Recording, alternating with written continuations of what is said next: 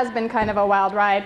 There's been a lot of changes. I appreciate all the work that your fiscal staff has gone through there's been just a lot of changes, and we keep changing the target. As we learn new things, it means more work for you in the districts, and we appreciate your being our partner with that. I want to encourage you to use Bob's templates that he put up here. If you have not sat down and scheduled out a 4-year spending plan, please do so. And who you need around that table is you really need the soup, you need the fiscal staff, and you need the program staff to make sure you're all on the same page about when you think you're going to use the money. And a lot of that can be impacted by how much money you're carrying over. So there are some big things that you need to keep your eye on. When are the funds over and dead for you? When is your the end date for using them? And what are some of the other impacts on maintenance of effort and some of the things that Doug and Gail talked about? So that's really important. Stabilization, SFSF, which we call stabilization. Part 2 of the application is not out yet. They issued draft regulations. You heard Zolly Stevenson talk about that earlier today. We're waiting for the final regulations to come out. We have a work group at OSPI. I would be the coordinator for that work group, and then we give the K-12 piece and work with Judy Hartman from the governor's office, and then she has to bring in the higher ed piece to that application. But one thing that we do know is part 2 of the stabilization application must be completed before we can go forward with our Race to the Top application. And it's really building the foundation for our Race to the Top application. So we're very committed to doing a good job addressing the 4 assurances that you keep hearing about. But let me give you one item of interest that's in the draft regulations. Right now it says in the draft regulations that as part of the stabilization Part 2 application, states have to collect from districts the performance measures used in teacher evaluations and in principal evaluations, and that we must report that publicly on a website. That was what was part of the draft regulations. Additionally, districts have to report how many teachers had a positive performance evaluation and how many did not. So I think, we're still working through what the final regulations are going to be, but we are very interested in seeing how that plays out, because it's going to mean new things for both SPI and for districts as far as data collection and things like that. So now that I've all worried everyone again, but remember, I am the messenger and the only one here, so if you kill me, there will be no more conversation about it. We do have 2 stabilization sessions. Cal and I will be doing one jointly regarding what we spent in fiscal year 09 for stabilization, how you close the year accounting-wise. That's more for probably fiscal practitioners, the business office staff. Cal and I do that jointly. Cal has another one tomorrow. Is it tomorrow or sometime? Okay, so tomorrow morning, where he talks about more of the policy strategy regarding stabilization dollars and how you look at spending those dollars in light of what they are replacing. Okay?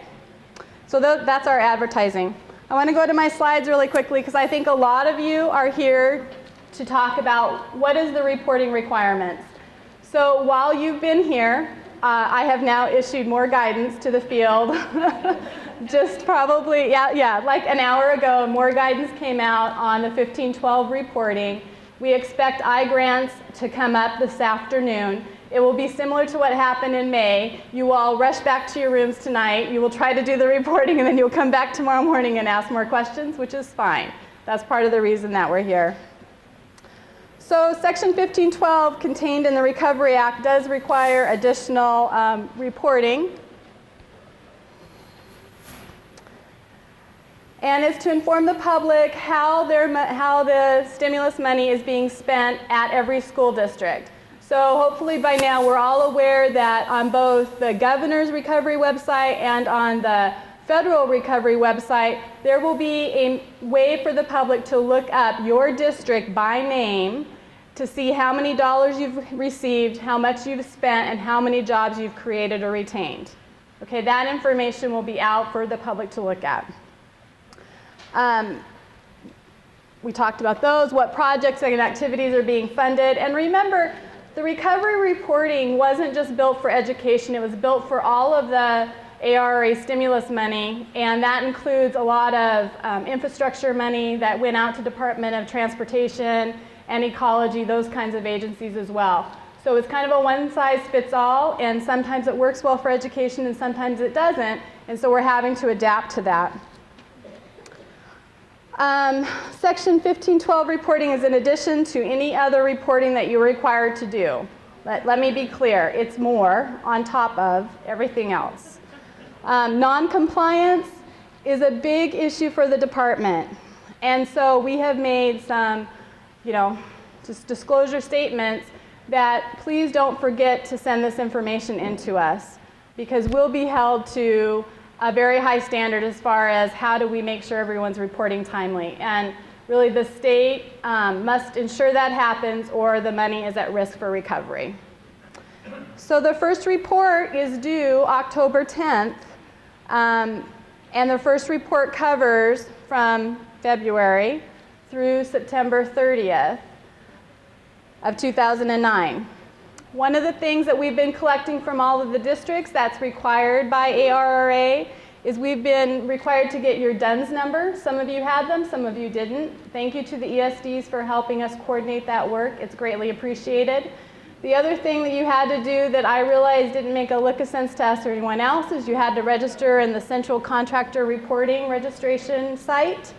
But that is the way that the department, somebody I'm sure had a great idea at the federal level, that is the way that the department is going to match you up with your DUNS number and your reporting information. That is the way they're going to match up how much money a vendor is getting across all programs. Okay?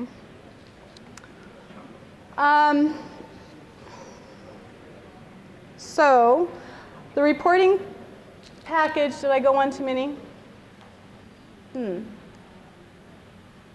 Okay, so Washington State and the governor's office has given us very specific guidance on how we are to report, and this is for all state agencies. We are the prime, OSPI is the prime as the recipient of the federal dollars, and we are to report on behalf of all of our school districts. So school districts will report to SPI, we will roll it up, and we will do parallel reporting to both the governor's office and to the feds, the OMB reporting site. We were not allowed to delegate that reporting. Let's go on. There's also some other information that the governor's office is asking us to collect, but most of that SPI can do for you. All right, I'm done. No, I only have one more slide. So the reporting form package in iGrants is going to be launched hopefully this afternoon. We think that's about a half a day early. So you all will be working on that tonight.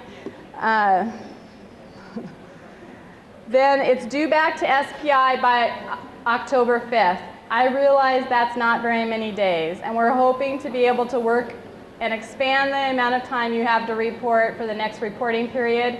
But unfortunately, the first time around, we got guidance up to last Monday as to what we were to include, so it's rapidly changing. We will be contacting districts. We will be contacting your superintendent if you have not yet reported to us by the morning of October 6th. And we will be asking the ESDs to help facilitate that with some of the smaller districts. So then SPI will be reviewing the data and contacting the districts October 6th through 8th.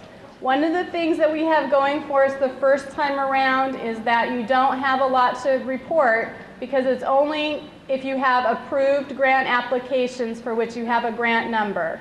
And while many of you have submitted applications to Doug and Gail, there's a lot of approved IDEA applications. There's not as many for Title I and some of the smaller programs like Homeless and EdTech, that kind of thing. So the number of reports you have to issue, which is by program, is limited the first time around because all the programs aren't up and running.